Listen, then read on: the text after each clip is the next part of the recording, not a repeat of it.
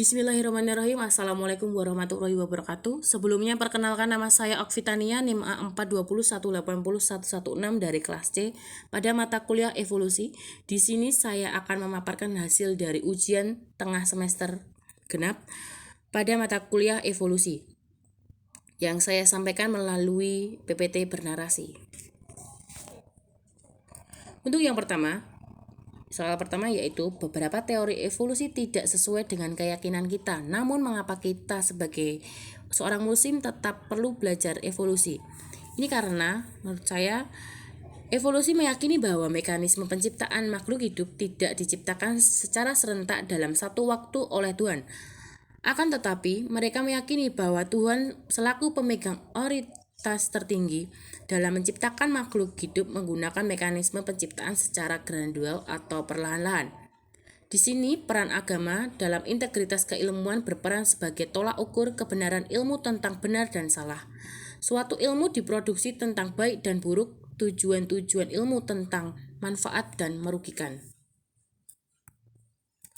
Selanjutnya, berdasarkan hal ini, saya menganggap bahwa teori evolusi tidak harus dianggap menentang agama.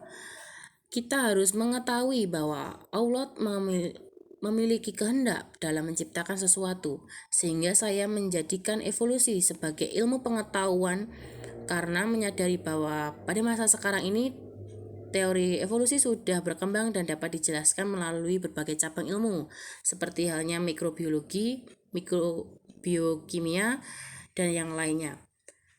Dapat dikatakan bahwa evolusi saat ini masih terjadi, buktinya adanya virus SARS dan virus COVID-19. Dari virus tersebut awalnya tidak seberbahaya sekarang ini, namun sekarang virus tersebut sudah bermutasi menjadi berbahaya dan bahkan sekarang virus ini masih bermutasi perharinya. Evolusi bukan hanya mengetahui tentang teori Darwin yang populer, tetapi ada juga teori-teori yang lain seperti teorinya Hardy-Weinberg yang masih berlaku hingga sekarang.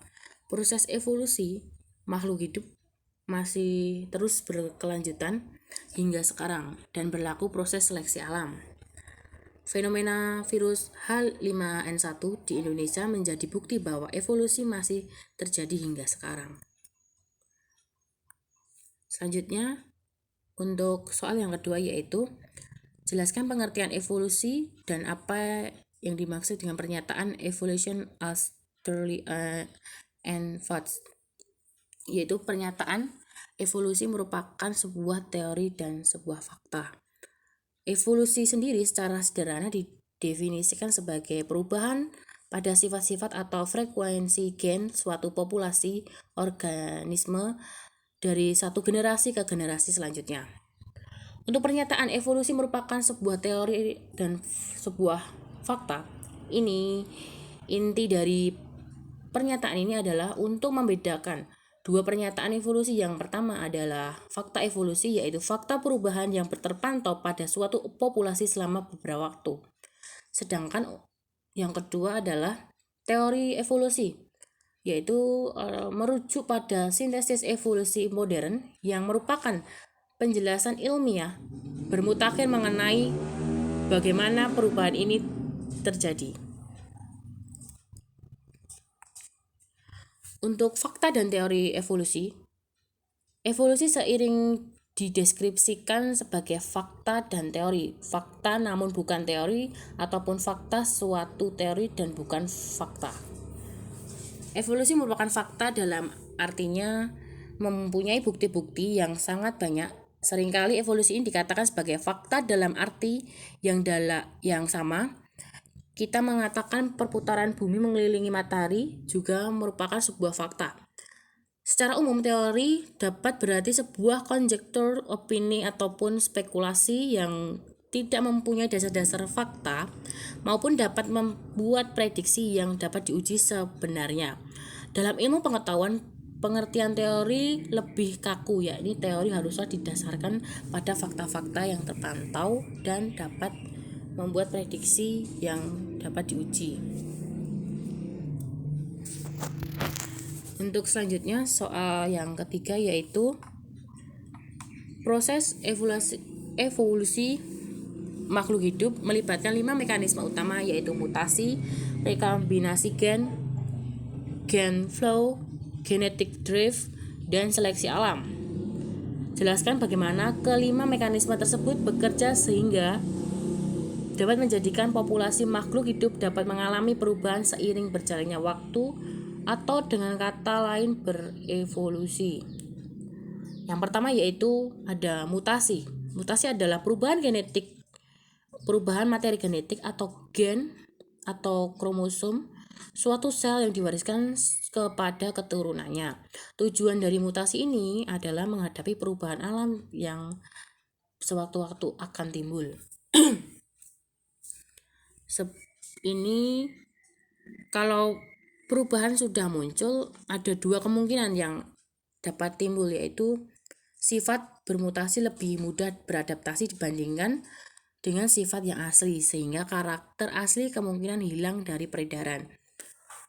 Selanjutnya, sifat yang bermutasi tidak cocok terhadap lingkungan yang baru, sehingga individu atau populasi suatu spesies yang memiliki akan punah atau susut.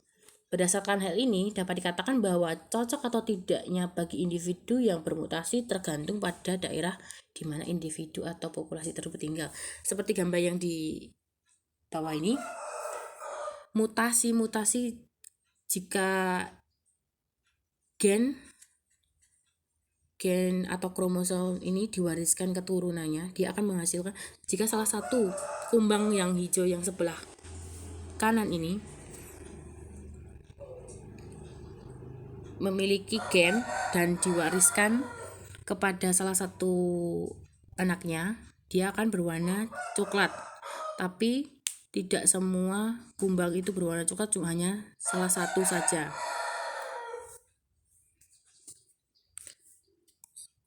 Selanjutnya yaitu ada gen flow atau aliran gen.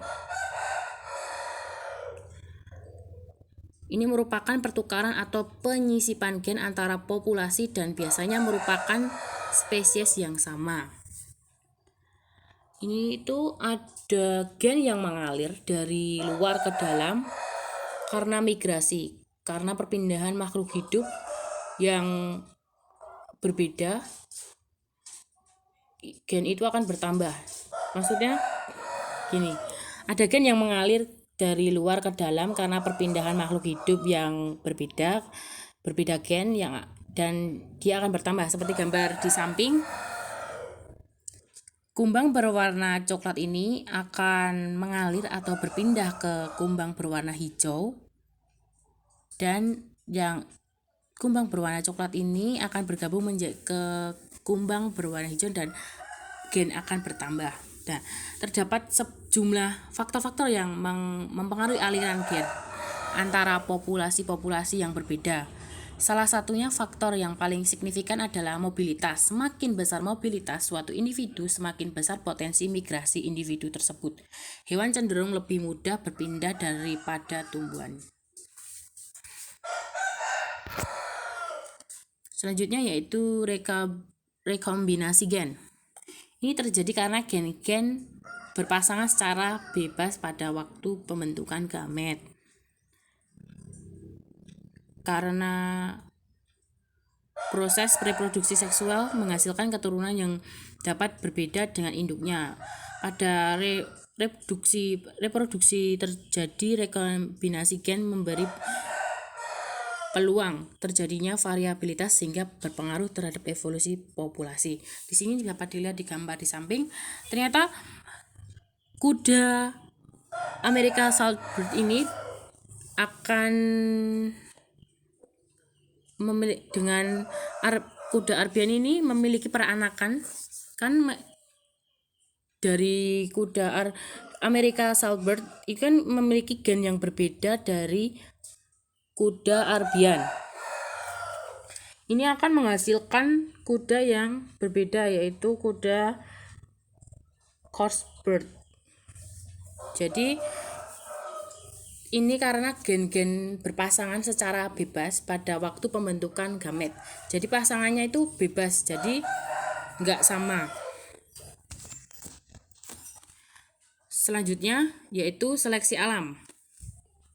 Untuk seleksi alam adalah proses bertahap di mana alam menyeleksi bentuk-bentuk yang cocok untuk bertahap hidup dan bereproduksi sesuai dengan kondisi lingkungan yang berada. Untuk seleksi alam yang bekerja pada suatu populasi harus ada variasi dan kompetisi dalam populasi sebagai bahan seleksi.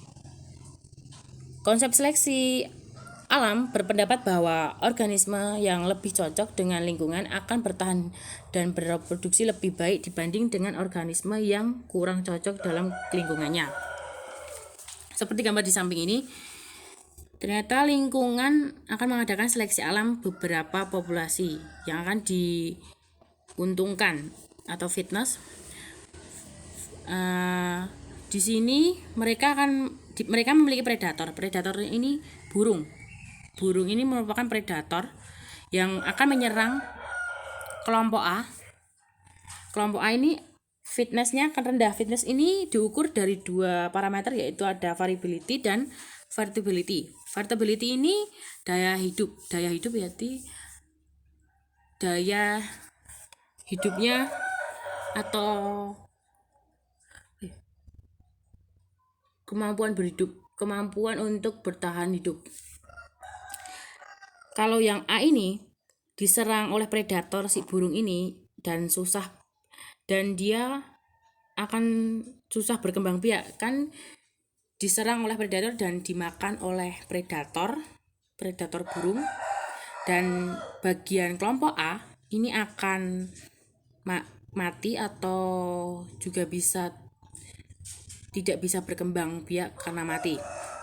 Ketika A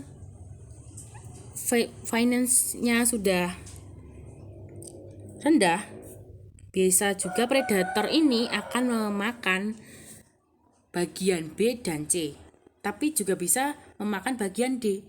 Tapi untuk predator burung ini tidak dapat memakan bagian D. Karena apa? Karena burung ini bisa mati atau sakit. Nah, di sini lebih karena si predator itu, dari alasan tersebut predator itu lebih suka memakan makanan yang ada di bagian A, B, C. Yang D bisa mengeluarkan, dan dari kesimpulannya dari bagian D tersebut bisa mengeluarkan peranakan atau dia dapat berkembang biak dengan peranakan yang banyak dibanding dengan A, B, C yang kemungkinan untuk bagian A bisa punah, mati karena dimakan oleh predator. Mungkin B dan C bisa bertahan hidup tapi peranakannya lebih sedikit dibanding yang D yang tidak diserang oleh predator. Suatu proses yang terjadi melalui interaksi antar lingkungan dan organisme yang ditunjukkan dengan adanya keberhasilan yang berbeda dalam reproduksi dan bertahap hidupnya. Burung ini kan predator. Predator ini sifatnya itu sifat lebih dipilihnya menyeleksi adanya predator. Jadi sifatnya itu sifat seleksi alam ini dipilih oleh predator atau burung tersebut yang menyeleksi. Kan tadi disebutkan kan bahwa untuk seleksi alam yang bekerja pada suatu populasi harus ada variasi kompetisi dalam populasi sebagai bahan seleksi. Selanjutnya yang terakhir yaitu ada penyimpangan genetik. Untuk penyimpangan genetik ini yakni suatu proses di mana terjadinya perubahan acak terhadap jumlah satu atau lebih sifat yang diwariskan lebih terwaris di dalam populasi. Perubahan frekuensi gen yang sangat drastis, cepat, dan tidak dapat diperkirakan dan bisa mengurangi variasi dan biasanya mengurangi genetik awalnya warna coklat jadi hijau. Contoh kayak gambar di samping ini. Untuk penyimpangan genetik itu bahwa perubahan frekuensi gen yang sangat cepat dan drastis dan tidak dapat diperkirakan. Seperti gambar di samping, untuk kumbang warna yang bagian atas itu kumbang warna coklat hijau coklat, lalu dengan secara perubahan frekuensi gen yang sangat drastis cepat dan tidak dapat diperkirakan, tiba-tiba kumbang itu berwarna hijau, dan biasanya ini mengurangi genetiknya.